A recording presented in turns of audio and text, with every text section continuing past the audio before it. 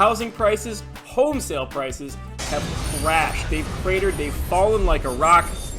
Oh wait, that hasn't happened. In fact, it hasn't happened at all. Wow. Interest rates have been going up. They've been running amok, doubling since this whole thing has been started this year. And we're not seeing a change in housing prices. In fact, looking at this latest report that I'm going to put on the screen, it looks like housing prices through the month of March have actually increased.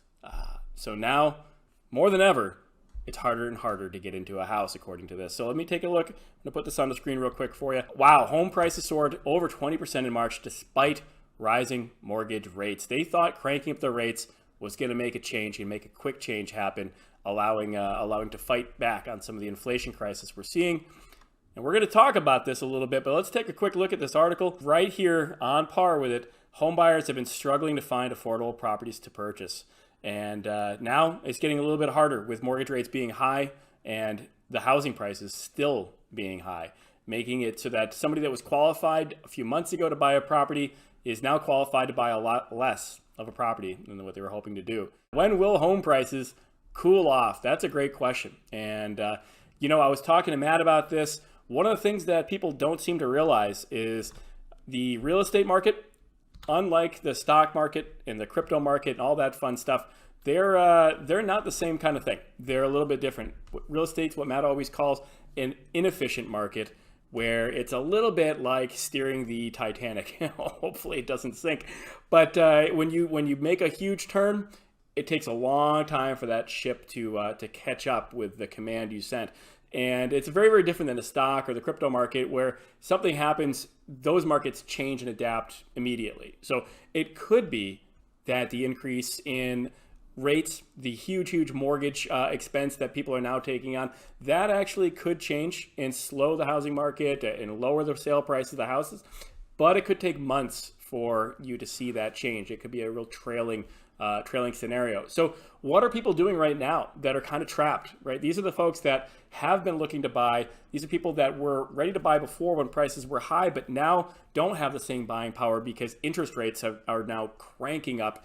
They're still looking to purchase a house. Well, those folks are following channels like ours and learning some of the different strategies on how you can acquire a property at an incredibly steep discount. It's just the more non-traditional approach that they need to learn. And so if you haven't taken a second and subscribed, do that now so you can learn with us as we show you some of the non-traditional paths that so many more people are becoming aware of through channels like ours and finding themselves ways to get properties at steep discounts while everyone else is getting essentially gouged.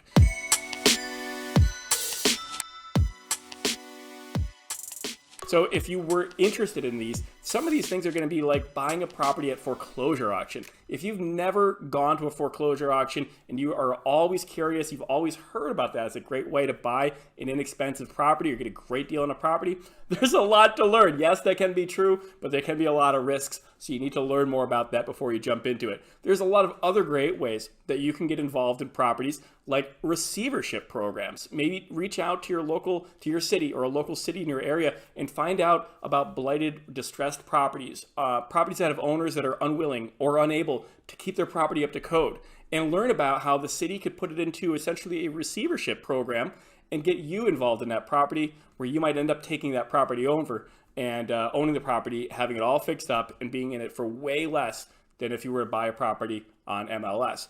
Other ways are like wholesaling strategies, where we talk about driving for dollars, where you go out and you actually find distressed, rundown properties, contact the owners. A lot of times these properties are sitting there vacant, waiting for somebody to come along and pick them up and do something with them, get them back on track. So we're happy to help you out with learning about this stuff, but this way you can learn another alternative to what you saw in this article today about how home buyers right now are kind of jammed up, where they have really, really high housing prices and now creepingly higher mortgage rates that haven't done the trick of easing the prices on the houses they're looking to buy. If you want to know more about this stuff, like I said, hit the subscribe button, drop a comment below as well. Tell me some of the tips and tricks you might have heard about how you can find great deals in properties.